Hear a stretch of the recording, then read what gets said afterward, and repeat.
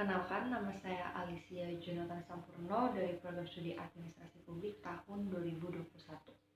Di sini saya akan menjelaskan materi mengenai sistem perencanaan, pemrograman, dan penganggaran. Sistem di sini adalah gabungan dari beberapa elemen, unsur, variabel yang diolah demi kepentingan untuk mencapai suatu tujuan. Kemudian perencanaan adalah pemutusan tujuan yang diperhitungkan secara matang disertai dengan langkah-langkah untuk mencapai tujuan tersebut. Jadi, sistem perencanaan merupakan gabungan dari beberapa elemen, unsur, variabel yang saling terhubung atau saling terkait untuk pemutusan tujuan yang diperhitungkan secara matang disertai dengan langkah-langkah untuk mencapai tujuan tersebut dalam rentang waktu tertentu, baik itu jangka panjang maupun jangka pendek. Kemudian dalam merencanakan sesuatu sudah pasti terdapat faktor-faktor yang mempengaruhinya. Nah, kemudian di sini faktor-faktor yang mempengaruhi juga sangat cepat berubah, sehingga suatu organisasi harus bisa atau dengan bijak menentukan perencanaan yang akan digunakan. Kemudian ketika kita tidak membuat suatu perencanaan, sudah pasti itu kita kehilangan kesempatan, karena suatu perencanaan itu merupakan sesuatu hal yang sangat penting. Nah, kemudian di sini ada beberapa kegiatan perencanaan. Yang pertama itu adalah penentuan tujuan dan prioritas. Nah, langkah pertama yang dilakukan itu ketika kita membuat suatu perencanaan sudah pasti adalah menentukan tujuan dan prioritas agar kita bisa fokus untuk mencapai tujuan tersebut dan ada prioritas yang bisa kita sasar atau yang bisa kita tuju sehingga tidak melenceng pada saat mencapai tujuan tersebut. Kemudian adalah penentuan kebijaksanaan. Nah, di sini penentuan kebijaksanaan itu bisa digunakan agar kegiatan-kegiatan yang kita lakukan akan lebih terarah dan lebih terstruktur.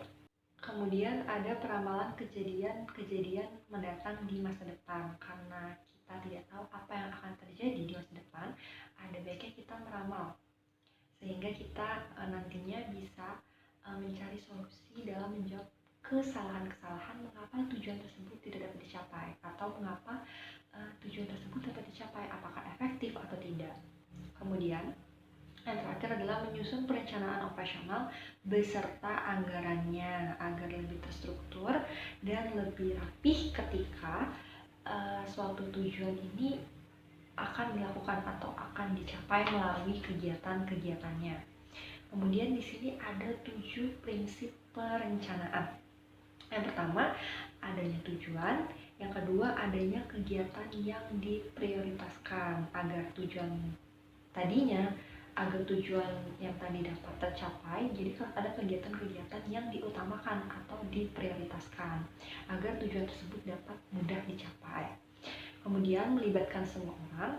Kemudian perencanaan itu harus sudah diperhitungkan secara matang.